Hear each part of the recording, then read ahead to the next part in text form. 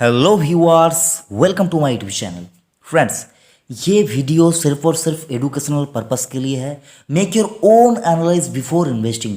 अपना निवेश करने से पहले आप खुद से ज़रूर से यहाँ पर रिसर्च और एनालाइज कीजिए, उसी के बेसिस के ऊपर आप यहाँ पर इन्वेस्ट कीजिए। क्योंकि स्टॉक मार्केट में आकर अगर आप किसी के भी बोलने से स्टॉक परचेज करते हैं तो आपकी लॉस होने की संभावना पूरी तरह से रहती है।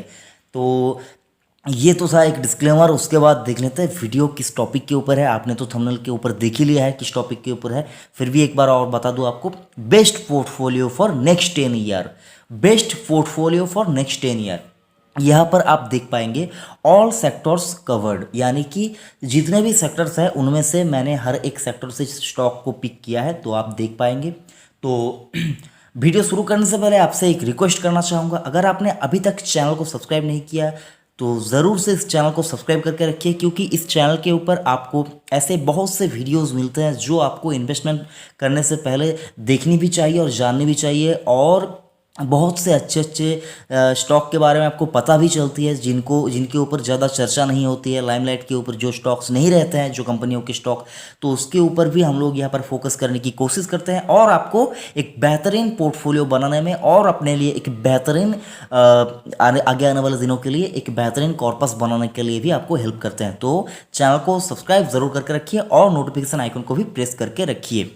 तो देखिए फ्रेंड्स, सबसे पहले फाइनेंशियल सर्विस, इस सेक्टर से अगर आप देखें तो यहाँ पर मैंने 3 स्टॉक सिलेक्ट किए हैं। सबसे पहले वाला नाम है CDSL, यानी कि सेंट्रल डिपॉजिटरी। दूसरे वाला है नैम इंडिया, जिसको आप पहले आरनैम के नाम से जानते थे, और तीसरा है SBI कार्ड। तो फाइनेंशियल सर्विस से मैंने 3 स्टॉक को चुने हैं अगले 10 साल के लिए। तो अगर आप निवेश करना चाहते हैं तो इन 3 स्टॉक में निवेश कर सकते हैं। यहाँ पर आपका रिस्क जो है वो भी यहाँ पर कम से कम रहता है बाकी स्टॉक्स की तुलना में। उसके बाद देखिए ऑटो में से मैंने यहाँ पर कोई भी मतलब जो कार या बाइक बनाने वाली स्पेसिफिक कंपनी को नहीं लिया है। यहाँ पर मैंने मदरसन सुमी को लिया है जो ऑटो पार्ट्स बनाती है, MRF जो टायर बनाने वाली कंपनी है, और एपेलो टायर, ये भी एक टायर बनाने वाली कंपनी है। या आप यहाँ पर देख सकते हैं एपेलो टायर और MRF, इन दोनों के बीच में आप ऑल्टरनेट कर सकते हैं। अगर आप MRF लेना चाहते हैं तो आपको एपेलो टायर लेने की ज़रूरत नहीं है। अगर आप चाहते हैं तो दोनों ही ले सकते हैं। लेकिन अगर आपका पोर्टफोलियो जो है वो छोटा पोर्टफोलियो है, आप MRF जैसे बड़े स्टॉक को यहाँ पर कवर नहीं कर पाएंगे, तो आप एपेलो टायर को ले सकते हैं। मैंने एपेलो टायर को बहुत कम प्राइस के ऊपर आपको बोला था कि यहाँ पर खरीदारी कीजिए, पैसा बनेगा। आप जाकर वो वाला वीडियो देखिए, एपेलो टायर के ऊपर मैंने जो वीडियो बना के रखा है। तो आज एपेलो टायर का भाव उस लेवल से बहुत ज़्यादा बढ़ चुका है, तो ऐसा नहीं है कि ये स्टॉक और नहीं बढ़ेंगे। और एक बात फ्रेंड्स मैं आपको कहना चाहता हूँ, इन्वेस्ट करने से पहले जो कुछ देखना है देख लीजिए, इन्वेस्ट करने के बाद ज़्यादा छेड़खानी मत कीजिए।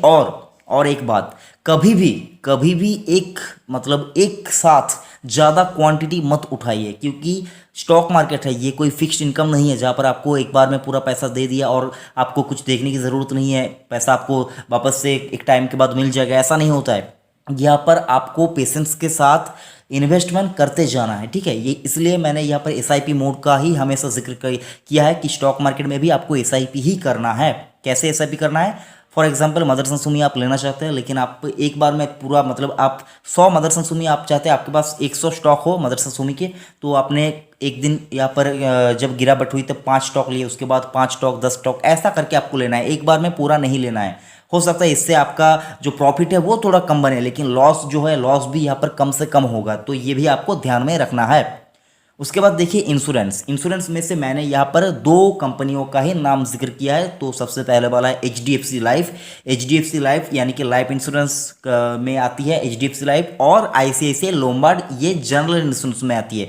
तो ये दोनों कंपनियों का स्टॉक आपके पोर्टफोलियो में होना चाहिए अगर आप 10 साल के लिए इन्वेस्ट करना चाहते हैं। उसके बाद फार्मा सेक्टर से मैंने 2 स्टॉक का नाम यहाँ पर लिया है। एक तो है सन फार्मा और दूसरा है बायोकॉन। दोनों ही बहुत ही अच्छी बेहतरीन कंपनी है, तो आपको यहाँ पर इन दोनों कंपनी के बारे में ही जानना चाहिए। तो डिस्क्रिप्शन में देखिए, यहाँ पर सॉरी फ्रेंड्स, चैनल के ऊपर जाइए, वीडियो इन स्टॉक्स के ऊपर रिगार्डिंग आपको मिल जाएंगे। तो आपको इन दोनों स्टॉक को अपने पोर्टफोलियो में रखना चाहिए अगर आप 10 साल के लिए अपना पोर्टफोलियो बनाना चाहते हैं। उसके बाद देखिए बैंकिंग सेक्टर में से मैंने सिर्फ यहाँ पर 3 बैंक का ही नाम लिया है। एक है एचडीएफसी बैंक जो प्राइवेट बैंकों का लीडर है, इंडिया में प्राइवेट बैंक का लीडर है। दूसरा है बंधन बैंक। बंधन बैंक का जो अगला आने वाला फ्यूचर है वो मुझको बहुत अच्छा लगता है, बाकी आप डिसाइड कीजिए। यहाँ पर मैंने यहाँ पर स्टॉक्स के नाम बता रहा हूँ, आप यहाँ पर अपने हिसाब से चेंजेस कर लीजिएगा अगर आपको ठीक नहीं लगते हैं। ऐसा नहीं कि आपको यही स्टॉक बाई करना है। देखिए, सोचिए समझिए, उसके बाद निवेश कीजिए। एनएसई भी वही कहता है, सोच कर समझ कर इन्वेस्ट कर। तो आपका जो मतलब एक्सचेंज है वही आपको ऐसा कहता है, तो मतलब मैं कौन होता हूँ कहने वाला। तो देखिए, उसके बाद मैंने यहाँ पर एचडीएफसी बैंक, बंधन बैंक और एसबीआई स्टेट बैंक का नाम लिया है। तो 3 बैंक अगर आप लेना चाहते हैं लंबी अवधि के लिए तो ये तीनों बैंक में आप इन्वेस्ट कर सकते हैं।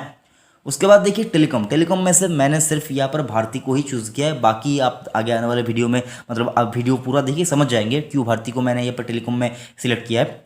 टेलीकॉम में अगर आप लेना चाहते हैं तो भारती एयरटेल को आपको डेफिनेटली लेना चाहिए। भारती एयरटेल का फ्यूचर बहुत ब्राइट है, बहुत ब्राइट है, और आगे आने वाले दिनों में ये स्टॉक आपको बहुत अच्छा रिटर्न कमा कर दे सकता है। तो भारती एयरटेल को आपको भूलना नहीं है।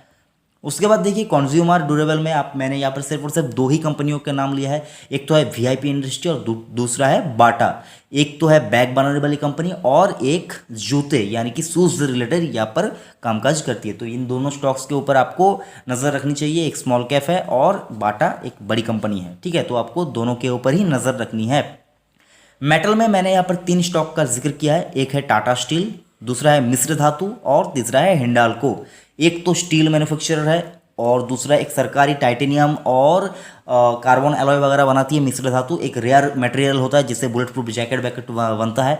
तीसरा है एल्यूमिनियम बनाने वाली कंपनी हिंडाल्को। तो आपको अगर आप चाहते हैं लंबी अवधि के लिए यहाँ पर निवेश करना तो मेटल सेगमेंट में आप इन 3 स्टॉक्स के ऊपर अपना पैसा लगा सकते हैं, ठीक है। लेकिन आपको देखना भी बहुत चाहिए, टाटा स्टील के ऊपर बहुत ज़्यादा कर्जा वगैरह है तो ये आपको भी ये देखना चाहिए। बाकी फंडामेंटल एनालिसिस आपको चैनल के ऊपर मिल जाएंगे। उसके बाद देखिए आईटी से मैंने यहाँ पर 3 स्टॉक का नाम जिक्र किया है। एक है इन्फोसिस जो पर्सनली मुझको बहुत ज़्यादा पसंद है, दूसरा है विप्रो। और अगर आप चाहते हैं इन दोनों स्टॉक्स को लेने के बाद थोड़ा सा डाइवर्सिफिकेशन के लिए एक छोटी कंपनी भी लेना चाहते हैं तो आप सीएंट को ले सकते हैं। लेकिन सिर्फ और सिर्फ सीएंट मत लीजिए क्योंकि सीएंट एक छोटी कंपनी है, कब क्या हो जाए ये किसी को नहीं पता। अगर आप चाहते हैं ऐसे ही, आपको मैं हमेशा यही कहना चाहूँगा जब भी आप किसी स्मॉल कैप कंपनियों में इन्वेस्ट करें तो आप सिर्फ और सिर्फ डाइवर्सिफिकेशन के लिए ही इन्वेस्ट कीजिए। क्योंकि अगर आपके पास लार्ज कैप या फिर ब्लू चिप स्टॉक नहीं रहेंगे और स्मॉल कैप मार्केट में गिरावट आती है तो स्मॉल कैप बहुत ज़्यादा पिटते हैं। तो आपको ये भी ध्यान में रखना है, ठीक है। तो सीएंट या फिर साइंट जो भी कह लीजिए, ऐसे स्टॉक आपके पास होना चाहिए। अच्छा स्टॉक है लेकिन डाइवर्सिफिकेशन पर्पस के लिए ही यहाँ पर आपके पास होना चाहिए, ठीक है। बाकी साइंट के अंदर आप लोगों को बहुत ज़्यादा एक रैली देखने को मिली 2-3 दिनों से, तो अच्छा स्टॉक है। बाकी माइक्रोसॉफ्ट के साथ करार भी किया है तो देखिए, बाकी आपको आपकी मर्जी, लेकिन स्टॉप लॉस का ध्यान रखिए। अभी स्टॉक मतलब बहुत ज़्यादा चल चुका है, आपको अभी अपना प्रॉफिट को भी यहाँ पर बचाना है। तो देखिए क्या करना है आपको, मैं बस यहाँ पर आपको बोल सकता हूँ, बाकी करना तो आपको ही है। उसके बाद देखिए मीडिया, ये जो सेगमेंट है ये सेगमेंट भी आपको इसके ऊपर भी नज़र रखनी चाहिए। छोटा सा एक हिस्सा आपका पोर्टफोलियो का इसके अंदर भी जाना चाहिए। नेटवर्क 18 मीडिया इन्वेस्टमेंट लिमिटेड, इसके ऊपर भी आपका पैसा लगना चाहिए। और सन टीवी साउथ वेस्ट एक मीडिया ऑपरेटर है, इसके ऊपर भी आपका पैसा लगना चाहिए। तो देखिए रिसर्च कीजिए, उसके बाद ठीक ठाक लगे तो ही आप यहाँ पर इन्वेस्ट कीजिए। अदरवाइज आप ये वाला जो सेगमेंट है इसको स्किप भी कर सकते हैं। ज़रूरी नहीं कि आपके पास मीडिया होना ही चाहिए, आप इसको स्किप भी कर सकते हैं, ठीक है। लेकिन अगर आप चाहते हैं तो लगा भी सकते हैं क्योंकि ये स्टॉक्स मतलब जो नेटवर्क 18 वाला स्टॉक है वो अपने हाई से बहुत ज़्यादा करेक्ट हो चुका है। यहाँ पर पैसा बन भी सकता है, ऐसा नहीं कि बनेगा नहीं, या फिर डेफिनेटली बनेगा, बन भी सकता है, मतलब पैसा बन सकता है, ठीक है। ज़रूरी नहीं कि बने, आपको खुद से रिसर्च करना है भाई। स्टॉक मार्केट है, यहाँ पर आपको कोई भी कुछ भी 100% एक्यूरेसी के साथ नहीं कह सकता, तो आपको अपना नॉलेज भी यहाँ पर यूज करना है, ठीक है। उसके बाद देखिए एविएशन में आप सोचेंगे इंडिगो को छोड़कर मैंने स्पाइस जेट को ही की लिया, क्योंकि स्पाइस जेट का जो स्टॉक है वो मुझको पर्सनली बहुत अच्छा लगता है, इसीलिए मैंने इसका नाम लिया। बाकी आपको इंडिगो अच्छा लगता है, आप इंडिगो में इन्वेस्ट कर सकते हैं। लेकिन स्पाइस जेट का अगर आप बात करें तो स्पाइस जेट का मैनेजमेंट वगैरह सारा कुछ और इनका जो बिजनेस होराइजन है ये मुझको बहुत अच्छा लगता है। बाकी आपकी मर्जी, आप इंडिगो भी ले सकते हैं। तो एविएशन सेक्टर भी आपके पास होना चाहिए, तो यहाँ पर आप स्पाइस जेट को भी कंसिडर कर सकते हैं। उसके बाद देखिए रियल एस्टेट में बहुत से ऐसे मतलब कंपनी है जो रियल एस्टेट में कामकाज करती है, लेकिन पर्सनली मैं डीएलएफ और गोदरेज प्रॉपर्टीज़ लिमिटेड को यहाँ पर प्रेफरेंस दूंगा, क्योंकि ये दो कंपनियां मुझको पर्सनली बहुत अच्छी लगती है। बाकी आप डिसाइड कीजिए आपको क्या करना है। ये सेक्टर भी आपके पास होना चाहिए, ये सेक्टर भी बहुत ज़्यादा पिट चुका है, तो आपके पास इस सेक्टर से भी कोई स्टॉक होना चाहिए, ठीक है। उसके बाद देखिए डाइवर्सिफाइड, यानी कि यहाँ पर मैं नाम ले रहा हूँ रिलायंस और एल&टी। रिलायंस को आप अभी टेलीकॉम या फिर ऑयल एंड गैस कुछ भी नहीं कह सकते, इसको आपको डाइवर्सिफाइड बिजनेस ही कहना होगा, क्योंकि रिलायंस खुद से एक इंडेक्स बन चुका है, मतलब मान सकते हैं। तो इसको भी आपको देखना चाहिए। रिलायंस आपके पास पोर्टफोलियो में डेफिनेटली होना चाहिए, और एक स्टॉक जो है एल&टी, लार्सन एंड ट्यूब्रो, तो ये स्टॉक भी आपके पास डेफिनेटली होना चाहिए। तो मैंने यहाँ पर बस इतना ही कोशिश किया कि आपके पास हर सेक्टर से अच्छा अच्छा स्टॉक होना चाहिए। तो देखिए, आप सबसे पहले अपना जो कोर पोर्टफोलियो है वो ऐसे स्टॉक से ही बनाइए जिसके ऊपर ज़्यादा कुछ दिक्कत नहीं है और जो मार्केट लीडर्स है। तो या फिर आप तो ये कीजिए कि सबसे बड़ा हो या फिर सिर्फ वो ही हो, क्या कह सकते हो आप समझ सकते हैं। आप ऐसे स्टॉक्स के ऊपर ही निवेश कीजिए जो सबसे बड़ा हो या फिर सिर्फ और सिर्फ वही हो। अगर आप ऐसे स्टॉक्स में इन्वेस्ट करेंगे तो आपका पैसा डूबने का जो संभावना है वो बहुत कम होती है। स्टॉक मार्केट में आपका पैसा कभी भी डूब सकता है, ठीक है। स्टॉक मार्केट में आपका पैसा कभी भी डूब सकता है। आपको चौकन्ना रहना होगा आपको पैसे को बचाने के लिए। अगर आप इन्वेस्ट भी करते हैं, आप अगर इन्वेस्ट भी करते हैं, अच्छी कंपनियों में इन्वेस्ट भी करते हैं, तो आपको इन्वेस्ट करने से पहले बहुत कुछ देखना होता है। और कंपनियों का ऐसा नहीं कि इन्वेस्ट कर दिया और छोड़ दिया, आपको देखना क्या है, आपको देखना है कंपनी का जो क्वार्टरली रिजल्ट आता है, उन रिजल्ट के ऊपर आपको मतलब चौकन्ना रहना होगा। रिजल्ट जब आता है कैसा रिजल्ट आया, और रिजल्ट जब आपको जब तक कंपनी प्रॉफिट में है तब ठीक है, लेकिन जब 3-4 क्वार्टर से कंपनी लॉस में जा रही है तब आपको पैसा वहां से निकाल लेना है, ठीक है। आपको किसी भी कंपनियों के स्टॉक को 3 से लेकर 4 क्वार्टर तक आपको अगर उसका रिजल्ट अगर नेगेटिव आता है तो उसको देखना है, बाकी उसके बाद आपको वहां से निकल जाना है, ठीक है। नज़र रखना है, बाकी ज़्यादा कुछ नहीं कहूँगा फ्रेंड्स। आप मुझसे बहुत ज़्यादा समझदार है, क्योंकि आप इतनी देर तक ये वीडियो देख रहे हैं। वीडियो अगर अच्छा लगा तो लाइक ज़रूर करना, और अगर आपने अभी तक चैनल को सब्सक्राइब नहीं किया तो सब्सक्राइब कर दीजिए। आपको काम के वीडियो ही यहाँ पर मिलते हैं। Thank you friends.